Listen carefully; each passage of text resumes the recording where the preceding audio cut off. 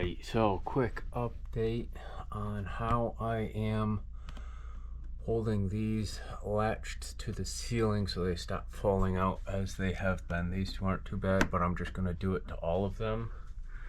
What I have is this corrugated metal and this heat resistant nylon strapping. This is almost like a thin fire rope. And all I'm doing is just cutting it long enough so that it fits over both of them, as you can see in this one. Now this is 11 of these small circles. I'm putting one of these screws into the middle one and then one on either side, and I'm doing that tight enough to hold this up to it, but loose enough that there's still some play so that these hoses can stretch and retract and cool and expand. You'll notice I had to strap these up in a couple of spots. I'm probably going to add a few more loose straps here and there just to tighten this all up once I am done with up here. So let me do one for you. Let's try and set you guys in a spot. And this is really easy. 1, 2, 3, 4. If you can remember which one you were on, because the fire rope holds the screws in for you.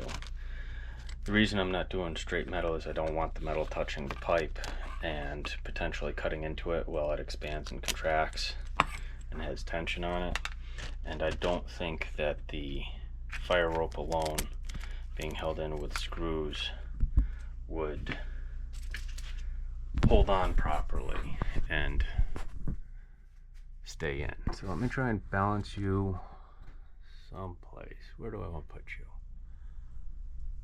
I got it. Yeah, let me put you right there on the insulation.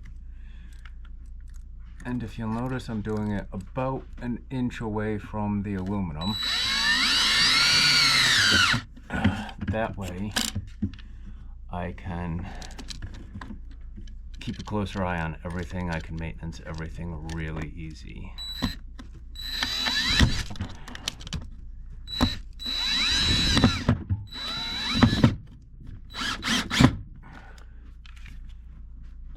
So it's a little loose, but it'll hold up okay.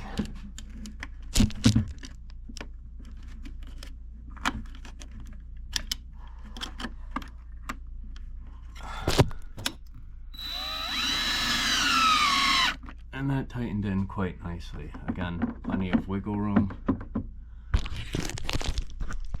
And voila, problem solved. It also doesn't look too bad, and I can keep an eye on it. The only thing I have to watch for is to get the thicker head on the screw. I went with a slightly longer screw. That one's a short one. I went with a slightly longer screw.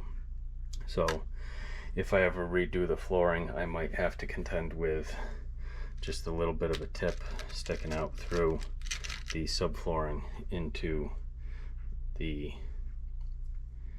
finished flooring. But I don't plan on redoing the flooring.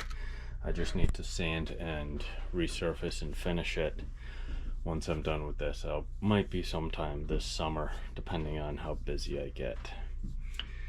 So that's it for this video in this little series on the radiant floor.